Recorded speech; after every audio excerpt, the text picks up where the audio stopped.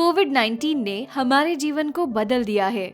इसने हमें चिंता करने के लिए नई चीजें दी है। इसने हमें हमारे दोस्तों और परिजनों से अलग कर दिया है। इसने हमें नई जिम्मेदारियां दी है। अगर आप अकेलापन या तनाव महसूस करते हैं, तो कोई बात नहीं। ये उन स्थितियों का जवाब देने का एक सामान्य तरीका है जिनके हम आदी नहीं हैं। हमारे बीच हर 4 में से एक अपने मानसिक स्वास्थ्य के साथ संघर्ष करता है।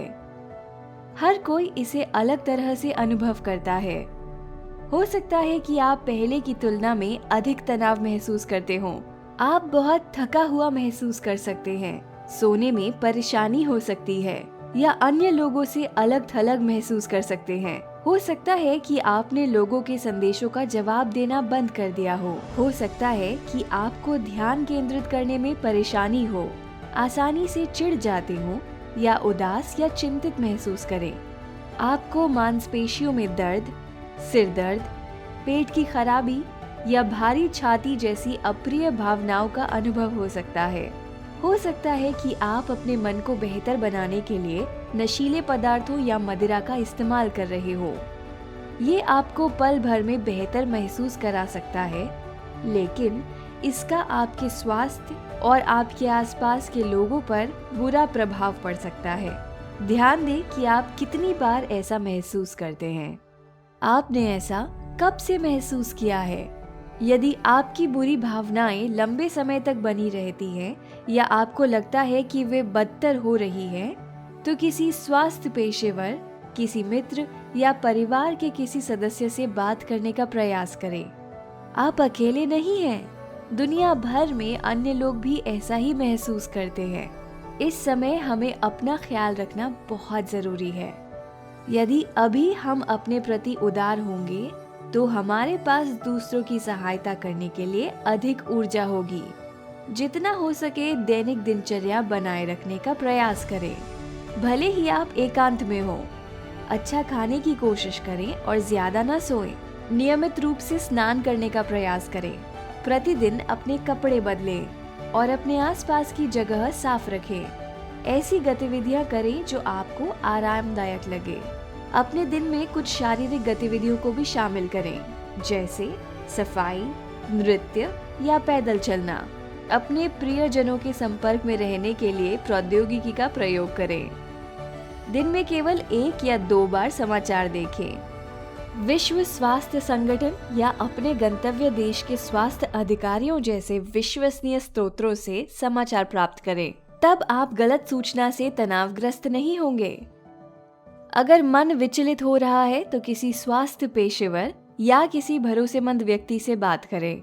जिन सेवाओं के बारे में आप सुन रहे हो, उनका ध्यान रखें ताकि यदि आपको भविष्य में उनकी आवश्यकता हो, तो आप उसका प्रयोग कर सकें।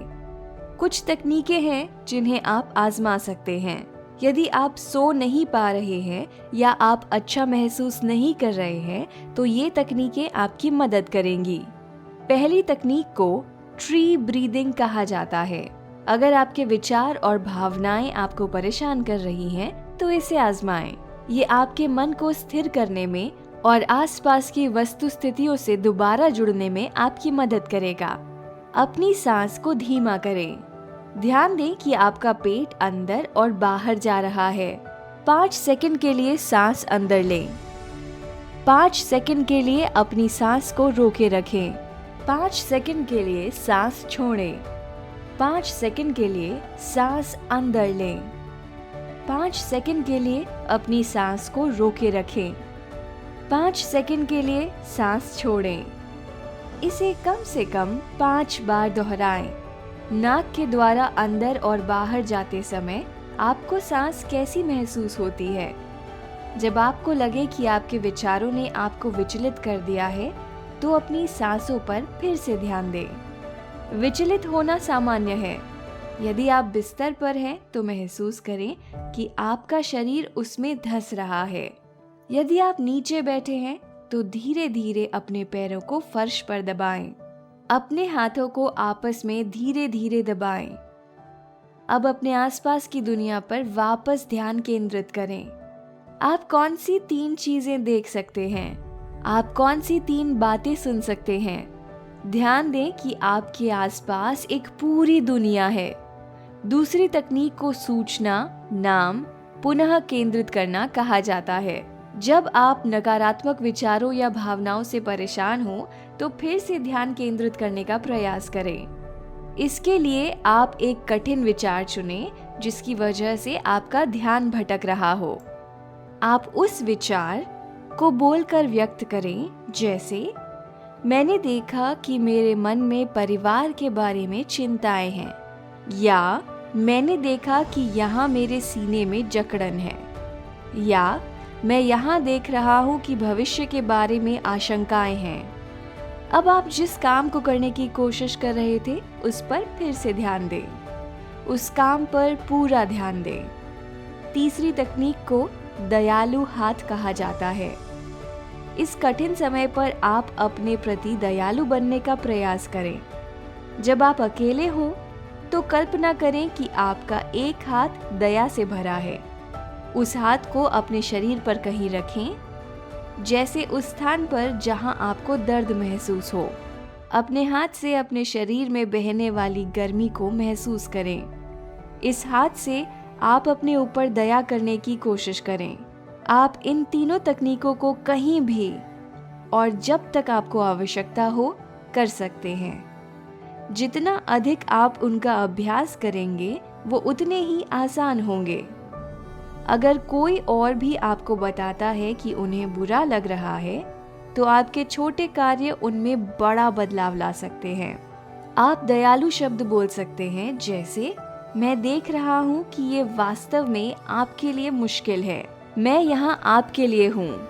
आप फोन के द्वारा बात या संदेश करें तथा संपर्क में रहें, बस प्रतिदिन की बातें करते हैं।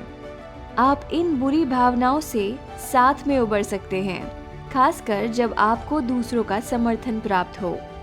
याद रखें कि जब आप तनाव में होते हैं तो कठिन विचार और भावनाएं आना स्वाभाविक है। आप कैसा महसूस कर रहे हैं इस बारे में उस व्यक्ति से बात करें जिस पर आप भरोसा करते हो। खुद की देखभाल को प्राथमिकता दें। आपका सुख महत्वपूर्ण है।